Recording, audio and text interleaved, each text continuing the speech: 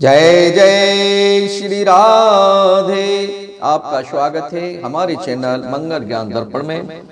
साथियों, आज हम आपको गणेश चतुर्थी और सकट माता की कथा बताएंगे। ये कथा आपको जरूर पसंद आएगी। अगर ये कथा आपको पसंद आए तो मेरे चैनल को सब्सक्राइब और वीडियो को लाइक अवश्य करें। साथियों, गणेश चतुर्थी का व्रत माघ मास की कृष्ण पक्ष की चतुर्थी को रखा जाता है। इस दिन विद्या बुद्धि वारिद के स्वामी गणेश जी तथा चंद्रमा की पूजा की जाती है। इसमें नैवेद्य सामग्री तिल, ईख, अमरूद, गुड़ तथा घी से चंद्रमा व गणेश जी को भोग लगाया जाता है। दिन भर व्रत रखकर सायंकाल के समय चंद्रमा को दूध का अर्घ देते हैं। गौरी गणेश जी की स्थापना करके उनका पूजन किया जाता है तथा वर्ष भर उन्हें घर में रखते हैं। नैवेद्य को रात्रि भर ढककर रखा जाता है, जिसे पहाड़ कहते हैं, और सुबह होते ही उस पहाड़ को पुत्र खोलता है तथा भाई बंधुओं में बांट दिया जाता है। अब हम आपको ये कथा सुनाते हैं। एक बार भगवान शंकर ने अपने दोनों पुत्रों कार्तिकेय तथा गणेश से पूछा, तुम में से कौन ऐसा वीर है जो देवताओं की रक्षा कर सके? तब कार्तिकेय जी ने अपने को देवताओं का सेनापति प्रमाणित करते हुए देव रक्षा योग्य अधिकारी बताया। इसके बाद भगवान शंकर ने गणेश जी से पूछा। तब गणेश जी ने कहा, मैं तो बिना सेनापति बने ही देवताओं के सब संकट हर सकता हूं। भगवान शंकर ने दोनों बालकों की परीक्षा लेने के लिए कहा और गणेश जी और कार्तिकेय जी से कहा कि तुम दोनों में से जो पृथ्वी की परिक्रमा सबसे पहले करके मेरे पास आएगा, वही तुम दोनों में से वीर तथा सर्वश्रेष्ठ घोषित किया जाएगा। कार्तिकेय जी और गणेश जी ने कहा कि ठीक है पिताश्री, अब हम परिक्रमा करने के लिए जा रहे हैं। कार्तिकेय ने अपने वाहन मोर को बुलाया और मोर पर चढ़कर पृथ्वी की परिक्रमा करने चल पड़े। अब गणेश जी ने सोचा कि मैं अपने वाहन चूहे पर बैठकर पृथ्वी की परिक्रमा पूरी करने में बहुत समय लग जाएगा, इसलिए कोई और युक्ति सोचनी चाहिए। गणेश जी ने अपने माता पिता की 7 बार परिक्रमा की और कार्तिकेय जी के आने की प्रतीक्षा करने लगे। कार्तिकेय जी ने लौटने पर अपने पिता को प्रणाम किया और शंकर भगवान से कहा, गणेश तो पृथ्वी की परिक्रमा करने गया ही नहीं।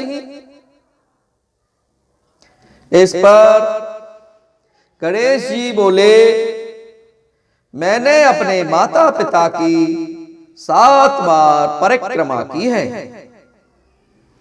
माता पिता में ही समस्त तीर्थ निहित हैं, इसलिए मैंने अपने माता पिता की 7 बार परिक्रमा की है।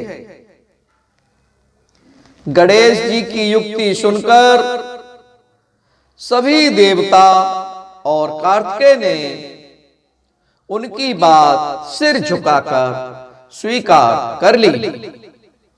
तब भगवान भोलेनाथ ने गणेश जी को आशीर्वाद दिया कि समस्त देवताओं में सर्वप्रथम तुम्हारी पूजा होगी।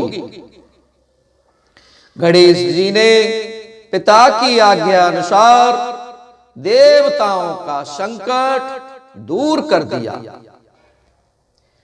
यह शुभ समाचार जानकर भगवान शंकर ने कहा कि चतुर्थी तिथि के दिन चंद्रमा तुम्हारे मस्तक का ताज बनकर पूरे विश्व को शीतलता प्रदान करा करेगा। जो स्त्री और पुरुष इस तिथि पर तुम्हारा पूजन तथा चंद्रमा को अर्थ देगा, उसका दैहिक तथा भौतिक ताप दूर होगा और ऐश्वर्य, पुत्र, सौभाग्य को प्राप्त करेगा। साथियों, हमने आपको गणेश जी की कथा सुनाई और इसी दिन सकट चौथ का त्योहार भी माघ मास की कृष्ण पक्ष की चतुर्थी को मनाया जाता है। इस दिन संकट हरण गणपति गणेश जी का पूजन होता है। साथियों, इस दिन पुत्रवती स्त्रियां दिन भर निर्जल रहकर शाम को फलाहार करती हैं तथा सकट माता पर पूरी पकवान चढ़ाती हैं तथा कथा सुनती हैं। इस दिन तिल को भूनकर गुड़ के साथ कूटा जाता है। इससे तिलकुट का पहाड़ बनाया जाता है। कहीं कहीं तिलकुट का बकरा बनाकर उसकी पूजा करके घर का कोई बालक उसकी चाकू से गर्दन काटता है। साथियों, अब हम आपको कथा सुनाते हैं। एक नगर में एक कुम्हार रहता था। एक बार जब उसने बर्तन पकाने के लिए आवा लगाया तो आवा में बर्तन नहीं पके। कुम्हार ने इसकी फरियाद राजा से की। राजा ने पंडितों को बुलाया और उसका कारण पूछा। तो पंडित जी ने कहा कि हर बार आवा लगाते समय बच्चे की बलि देनी होगी और जब आप बच्चे की बलि दे देंगे तो आवा पक जाया करेगा। राजा का आदेश निकल गया। बलि आरंभ हो गई और नंबर से बच्चों की बलि दी जाने लगी। एक बार सकट के दिन एक बुढ़िया का एकमात्र बालक की बारी आई और बुढ़िया ने अपने लड़के को सकट की सुपारी तथा दूब का बीड़ा देकर के कहा कि मेरे पुत्र, मेरे बेटे, तुम भगवान का नाम लेना और भगवान कोई अपना आराध्य मान करके, अपना देवता मान करके, अपना सब कुछ मान करके आप उनका नाम जपते ही रहना। भगवान तुम्हें जरूर जीवन दान देंगे। साथियों, बुढ़िया ने अपने बच्चे को समझा करके और भेज दिया। उस बुढ़िया के पुत्र ने भगवान का नाम लेकर आवा में बैठ गया और सकट माता की आराधना करने लगा, क्योंकि बुढ़िया मां ने कहा था कि सकट माता तुम्हारी रक्षा अवश्य करेगी। बालक भगवान का नाम लेकर और सकट माता के सामने बैठकर, बुढ़िया भी बैठ गई और दोनों पुत्र और मां भगवान को याद कर रहे हैं। पुत्र आवा में बैठकर भगवान को याद कर रहा है और बूढ़ी मां सकट माता के सामने बैठकर मां को याद कर रही है। पहले तो साथियों